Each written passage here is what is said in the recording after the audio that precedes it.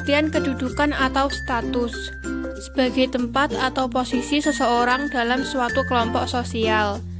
Narwaka menyatakan bahwa kedudukan dibagi menjadi 3, yaitu 1. Attribute status sebagai kedudukan seseorang dalam masyarakat yang diberikan tanpa memandang kemampuan atau perbedaan antar individu.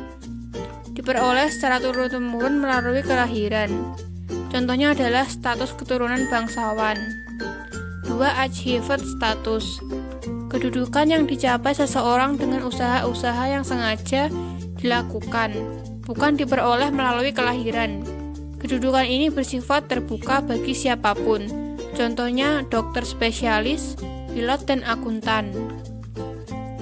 3. Assigned status yang diperoleh melalui penghargaan atau pemberian dari pihak lain atas jasa-jasa tertentu.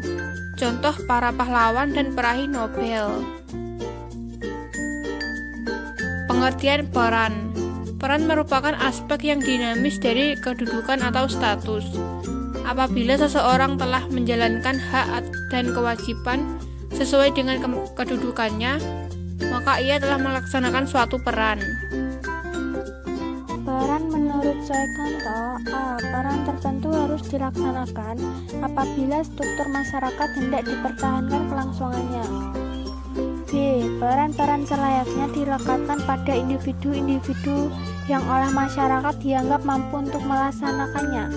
C. Dalam masyarakat terkadang ditemui individu yang tak sanggup melaksanakan perannya sebagaimana diharapkan masyarakat karena mungkin pelaksanaan peran tersebut membutuhkan pengorbanan yang terlalu besar. D. Apabila semua individu mampu melaksanakan perannya, terkadang belum tentu masyarakat akan memberikan peluang-peluang yang seimbang. 2. Peran menurut Revision. A. Peran meliputi norma-norma yang dihubungkan dengan posisi atau tempat seseorang dalam masyarakat. Dalam hal ini, peran merupakan rangkaian peraturan-peraturan yang membimbing seseorang dalam kehidupan masyarakat. B. Peran adalah suatu konsep mengenai apa yang dapat dilakukan oleh individu dalam masyarakat sebagai organisasi. C. Peran dapat dikatakan sebagai perilaku individu yang penting bagi struktur sosial masyarakat. Narwaka berdasarkan pelaksanaannya. Peran dapat dibedakan menjadi beberapa hal, yaitu sebagai berikut. 1. Peran yang diharapkan atau expected roles, yakni secara ideal dalam pelaksanaan suatu peran berdasarkan penilaian masyarakat. Masyarakat telah memiliki aturan baku mengenai peran-peran yang harus dilaksanakan. 2. Peran yang disesuaikan atau actual rules, yaitu cara bagaimana sebenarnya suatu peran dapat dilaksanakan. Peranan ini pelaksanaannya lebih luas, dapat disesuaikan dengan situasi dan kondisi tertentu.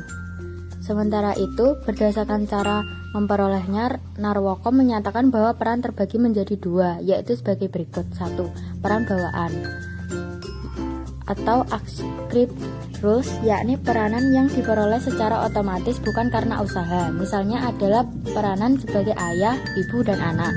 2. Peran pilihan atau achieved roles, yakni peranan yang diperoleh atas dasar pilihan dan usaha pribadi. Misalnya peranan sebagai mahasiswa Departemen Sosiologi di Fakultas Ilmu Sosial dan Ilmu Politik. Narwaka menyatakan bahwa peran dapat membimbing seseorang dalam berperilaku karena fungsi peran adalah sebagai berikut. 1. Memberi arah pada proses sosialisasi. 2. Pewaris tradisi, kepercayaan, nilai norma, dan pengetahuan. 3. Dapat mempersatukan kelompok dan masyarakat. 4. Menghidupkan sistem pengendalian sosial sehingga dapat melestarikan kehidupan masyarakat. Tuntutan atau konflik dalam menjalankan suatu peran. 1. Konflik peran akan terjadi apabila seseorang dengan kedudukan tertentu harus melaksanakannya peran yang sesungguhnya tidak diharapkan. 2.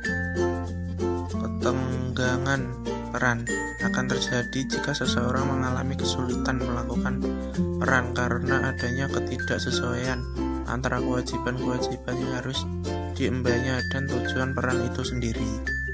3. Kegagalan peran akan terjadi apabila seseorang tidak sanggup menjalankan beberapa peran sekaligus karena terdapat tuntutan-tuntutan yang saling bertentangan. 4. Kesenjangan peran akan terjadi jika seseorang menjalankan peran yang tidak sesuai minat ataupun prioritas hidupnya sehingga ia seringkali merasa tertekan.